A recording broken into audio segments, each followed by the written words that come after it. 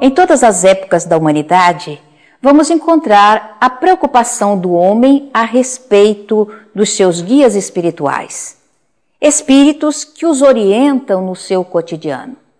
Recebeu, em várias épocas, nomenclaturas diferenciadas.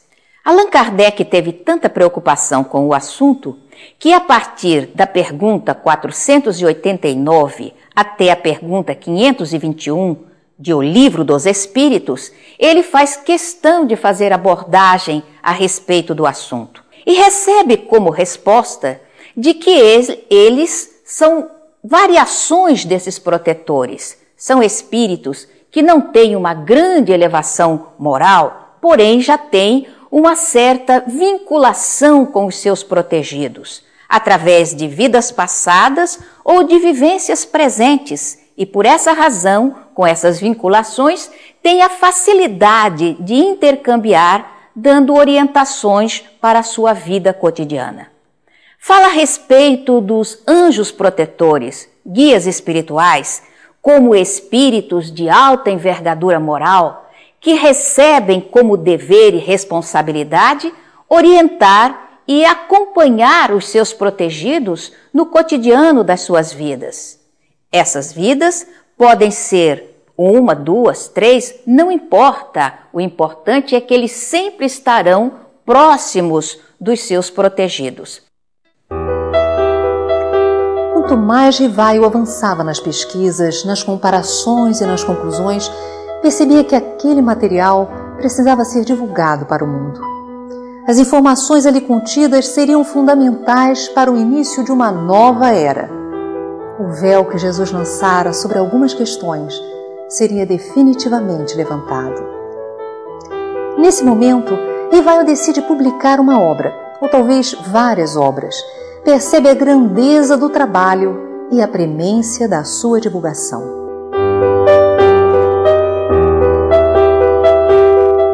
Foi assim que mais de 10 médios prestaram seu concurso a esse trabalho. E foi da comparação e da fusão de todas essas respostas, coordenadas, classificadas e muitas vezes refeitas no silêncio da meditação, que formei a primeira edição de O Livro dos Espíritos, lançada em 18 de abril de 1857.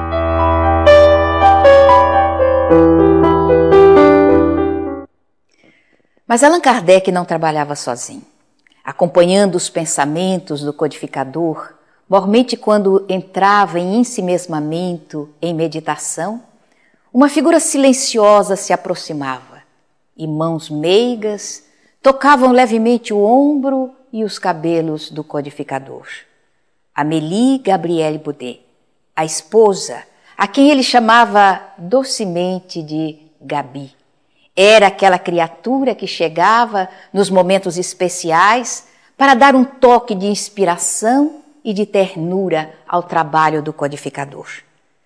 Tão notável era aquela criatura que, num dos casos interessantes de premonição ou pré-cognição ocorrido com Allan Kardec, ela estava participando.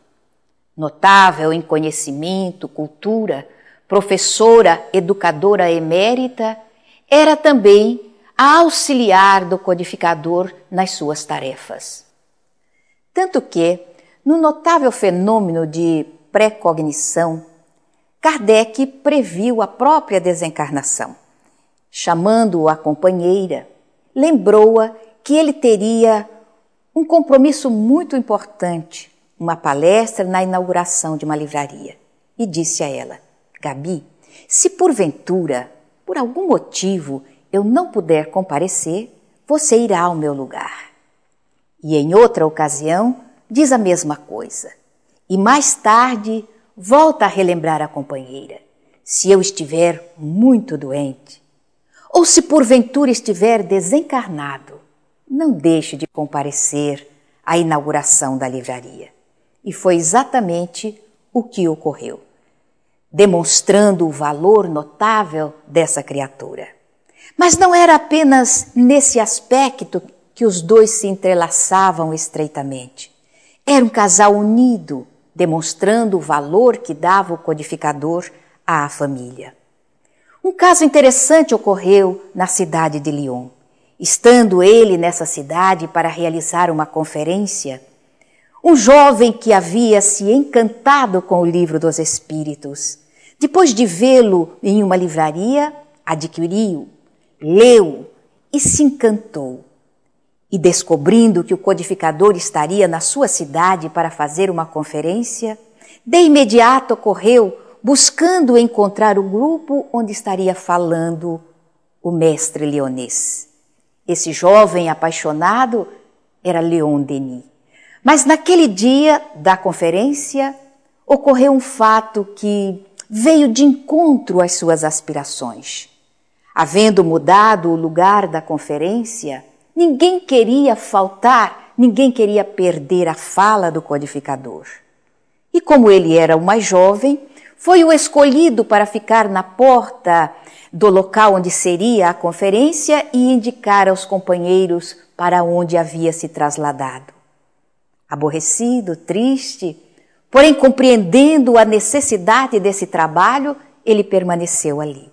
E no dia seguinte, sabendo onde estava Allan Kardec hospedado, tomou do seu livro e correu à casa. Desejava ter a assinatura do codificador. E quando chega diante da casa, olhando através das barras do portão, ele vê que Allan Kardec vem se aproximando de braços dados com a sua companheira, que tinha nas mãos uma cestinha. Logo, aproximando de uma cerejeira coberta de frutos, ele sobe em uma escada e começa a retirar os frutos que vai oferecendo a Gabi e ela colocando no cesto. A imagem é encantadora. Leon Denis observa aquela cena e pensa no espiritismo, e pensa na família, em como o codificador em cada momento é a expressão ideal daquilo que ele desejou e realmente passou na codificação. Leon Denis guardou aquela imagem e continuou num trabalho notável, crescendo paulatinamente, até se transformar no maior filósofo da doutrina espírita.